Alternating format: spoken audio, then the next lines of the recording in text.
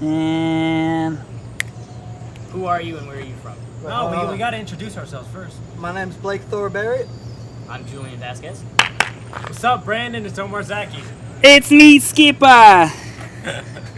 This is for you, Brandon. You wanted us to answer some questions for an interview, so let's get it started. Yeah, man. Who are you and where are you from?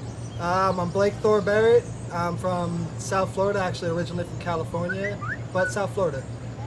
I'm Julian, and I'm also from South Florida. Me and Blake came up together, so. I'm Omar Zaki. I grew up around here, and right now we're at George Mason University. I'm from Herndon, Virginia, about 25 minutes away. I'm Billy. Hi, Billy. Skipper. I'm from Centerville, Virginia, and yeah, I've been doing parkour for like 8 years, I think, or something like that. Something like that. Yeah. How did you hear about parkour and why did you start? I actually heard about parkour.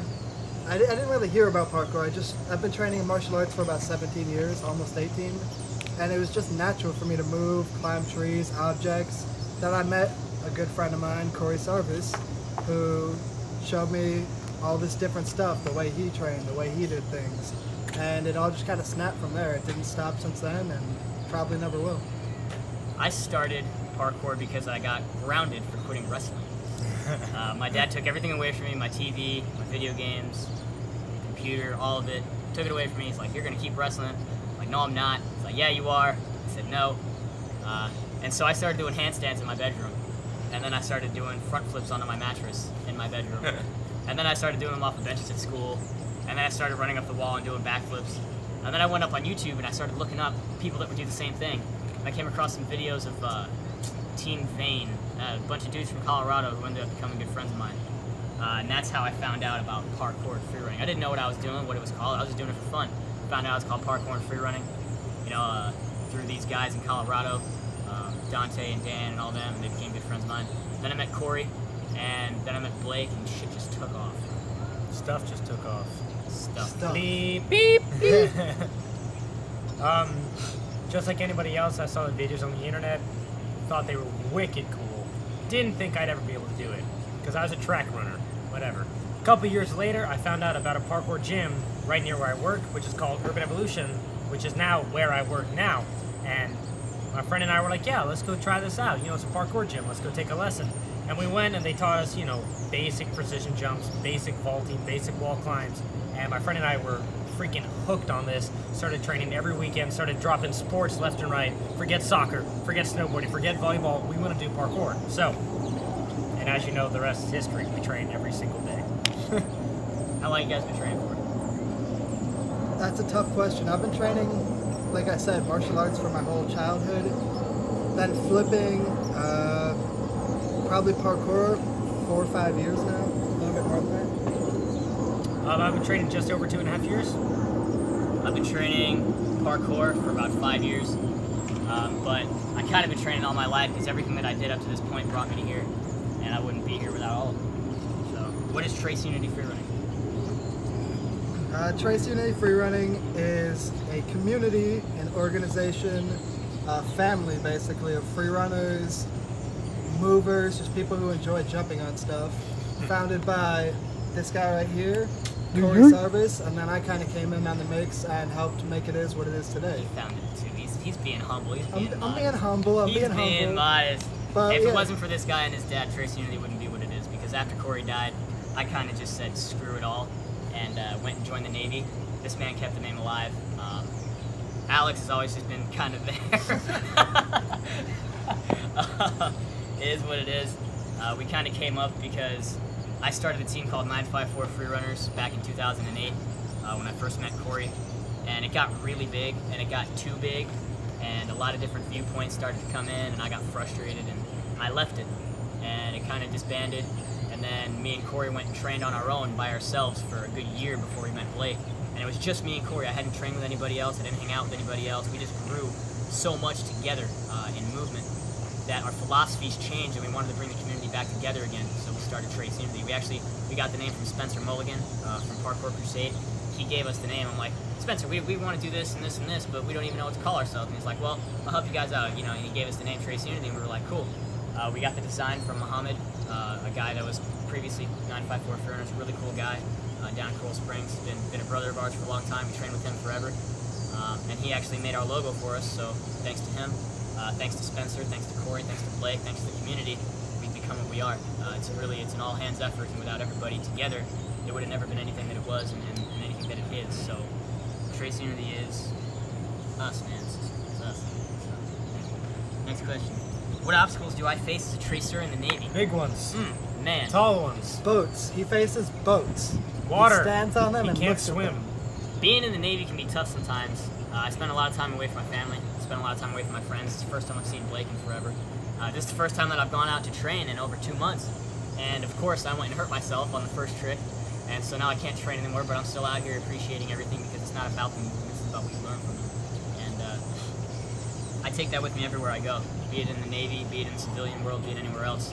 So I don't really face obstacles in the Navy. Everything for me is a learning opportunity. There's really no such thing as an obstacle, with the exception of a physical, tangible wall.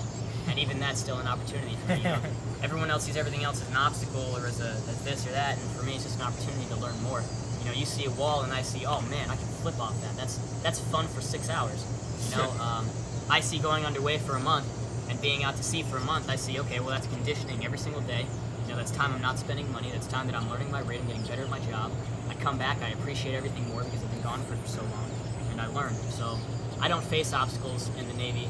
I'm given opportunities. Well said. It's, Well said. That guy. what does parkour mean to you? The way. Parkour literally means parkour. Moving on. Now, parkour to me means basically everything. It's hard to explain, but I mean, when It's you really hard to explain. yeah, when you live this, it's just something you love to do. There really isn't a reason why I do it. It's just what I do. It's what I live to do. It is me. Like, parkour defines who I am. So if I had to say what does it mean to me, it just defines who I am as a person. That's about it. Tough question. I could go on for an hour on that one. Brandon, you know what it's all about. You're already deep in the parkour community for being so young. So I don't feel that we need to explain ourselves on this because you already know what parkour's all about. You hit it on the nail right there. So, what is your interpretation of the parkour philosophy? Jump on stuff. For me, as much as I may hate on that one guy from What Does It Take Flight, the guy Adam Dunlap. All right, as much as I may hate on Adam Dunlap and poke fun at some of the things that he does and says, I owe him my philosophy. Without him, I wouldn't have the philosophy that I have. He did an interview with Daniel Lubaka back in like 2009 or 2008. I heard it in 2009. I don't know when he did it. He did an interview with Daniel Lubaka that me and Corey heard. We downloaded it and listened to it, and it changed our life, both of us, forever. Like, I'll never be the same again. And if Adam Dunlap had not done that interview, I would not still be doing parkour, let's put it that way, because before I had heard that interview and seen somebody else's perspective, in, you know, for example, particularly Daniel Lubaka's perspective, that he expressed to Adam Dunlap, I saw things from a wrestler's perspective. If I have to be better than you, I have to be the best, I have to do this, I have to do that, I have to. I eliminated the words have to and exchanged them with I want to. You know, I want to experience this and I want to do that. And everything became an opportunity, and fear went out the window, and logic took over, and Corey got something completely different out of it. Corey got back in touch with God. You know, Corey got back in touch with God, and I got in touch with myself. Changed our lives forever. So, Adam Dunlap, as much as you hate me, I'm sure you do, because I make fun of you a lot, thank you for doing that interview. I wouldn't be the same without it. And parkour, what was the question again? What's my interpretation of parkour philosophy? Well, watch Free Yourself. Watch Free Yourself. There we go. I'll hit it all in the head. Alright, and Oh, you're not going to let Omar answer that one? I don't think I need to. No? Okay. I don't know where we are, Brandon, so 1 second. Oh, yeah. Question 8. Where do you see the parkour community in 5 to 10 years? I got Huge. this. Yeah, tons of people. We'll let him take it. I went to Beast Coast. Does he know what Beast Coast is? Yeah, Brandon was Okay. there. Oh, he was there? Oh, crap, don't put that in there. Oh, wait, no, that's right. Okay, but, all right. I went to Beast Coast 2 years ago, and there were about maybe 150, 200 people. A massive amount of people there. Still a ridiculous amount of parkour athletes. I'd never been around that many people before who did parkour. This past summer I went, and I swear there were double the numbers.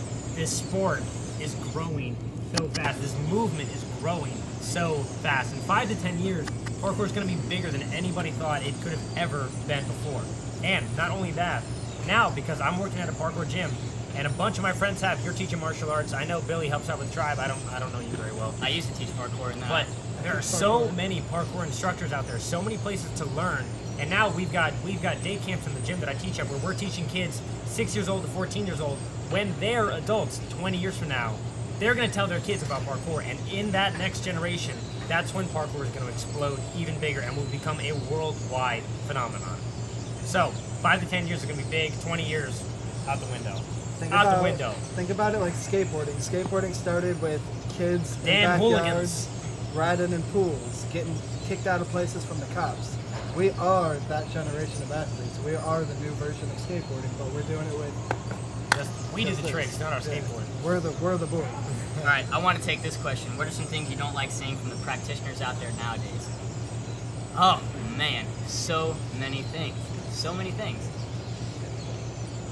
Nothing makes me want to punch somebody in the mouth more than when they see me doing something and say, I could never do that. Oh, that's a big one. I'll never That's be able a to big do one. that. You're crazy.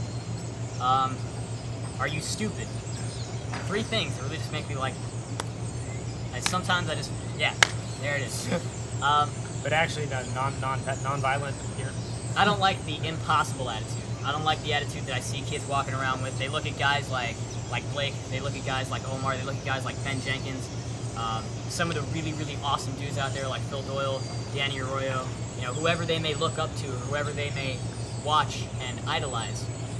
First of all, you shouldn't be idolizing anybody to begin with, man. It's not about how good you are, because nobody's better than anybody else if you think about it. Maybe Blake can do a double cork. I can't double cork, but I can double front. For me, a double front is the same as a double cork is to Blake. So we're technically on the same level. And at the same time, for somebody else that's just starting, their backflip might be what a triple front flip is to me. I'm scared to try triple front flip. Why? I'm afraid I'm going to land on my face and break my back. Why is someone afraid to try a backflip? They're afraid they're going to land on their face, break their back. All right, so that fear stays the same. The tricks change, but the fear stays the same. So to say that anybody else is better than anybody else is total bullshit. Nobody's better than me, and I'm not better than anybody else. We do different things. We do different things, but the attitude and the mindset and the fear set and everything else is all exactly the same. I am just as scared to try a triple front flip as somebody else who has never done a wall front flip is to try a wall front flip. And that makes me just as good as he is. Just because I can do a different movement doesn't mean shit. Stuff. Okay. Do you have any advice for the next generation of practitioners? You guys, I have no advice because how I got here was a blur of bad decisions and God, I had a crazy ride. Advice for the next set of practitioners. Just like he said, number one, you always got to be safe. Safety is the biggest thing. If you are safe, you can train forever.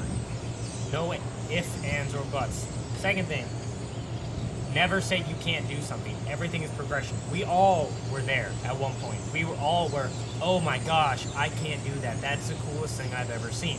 And if we let that take a hold of us, we're just going to bring ourselves down. We'll never learn. I still can't gain her. 5 years, still can't gain her. He could if he tried. I won't gain her. Practitioners, buy KOs. I'm trying to get sponsored by KO. Totally kidding. I'm not kidding. Next question. Next question. I think we should all take turns answering this one because we've all got our own aspirations. Who is someone you want to meet and train with? Look up. That's so pretty. That's actually gorgeous. All right, moving on. We're all ADD here. Sorry, Brandon. Brandon, those birds were for you. They were for you, man. That's the mating call. Be careful. Who's somebody I would love to train with, get the opportunity to meet? Who is someone? Fucking gnats everywhere. Who is someone you want to meet and train with that you haven't yet, and why? I personally want to train with anybody who wants to train. I don't care who you are. If you want to train, jump off stuff, have fun, hit me up. Let's do it. I'm the guy to hit up. So if you love parkour, if you love jumping on stuff, flipping, whatever it is, You want to learn? I want to train with you. But if I really had to pick a specific person, it's a pretty easy answer. I'd love to meet Daniel Ibaka just because he's amazing. So yeah, anybody who wants to train really is my answer. All right, there's two different answers for me for this one. Who I want to meet and train with is going to surprise you big time. I want to meet and train with Adam Dunlap because he has such a, and like I said, as much as I may poke fun at whatever articles he wrote, or that article that he did write, and I poked fun at it, and as much as I may disagree with some of the things that he feels, I would be a hypocrite if I didn't take him as an opportunity to learn. Just because I don't share his opinion doesn't mean I can't learn from him. And I think to train with him would open me up even further. They're up to something. I think meeting him and training with him would open me up even further and just bring me to a whole new level and take me out of my limitations. And that'd be cool. For another me? person. Oh, sorry. I got one more person. Another person that I don't really have any interest in training with, simply because I don't know, I just don't. But someone that I want to meet and just talk to is Daniel Ibaka. I just want to sit and talk to him. I feel like me and that dude can talk for hours. I just got a lot to say to him because the way he inspired me and Corey. And I've never had the opportunity to talk to him, which is unfortunate. Maybe that opportunity will come up someday. I'm sure it will. If it doesn't, oh well. If it does, great. But yeah, so I'd like to train with Adam Dunlap. I'd like to meet Daniel Ibaka. For me, you know, we all share our aspirations and our inspiration from Daniel Ibaka, but I don't want to copy these two. I think an amazing guy to be around, and I'm sure it's going to happen soon because he's in this area, would be to meet and chill with Vinny Coriel. I've heard some amazing things. I've heard some amazing things about Vinny. Just the way he trains, the way he lives his life is what I want to do with mine. All right? Sorry. I'm coming! All right, that's a wrap, Brandon. Thank you for your questions. Thank you to Billy Skipper for filming this. Thank you to these guys for driving 16 hours just to film this video. That's the only reason they came here. 16 hours. Even though I hurt myself on the first shot, front 540 under rotated and just slipped and hurt my toe. My toe, my big toe of all things. You mean your holics, if you ever did anatomy. I didn't do anatomy. All right. Peace! All right, let's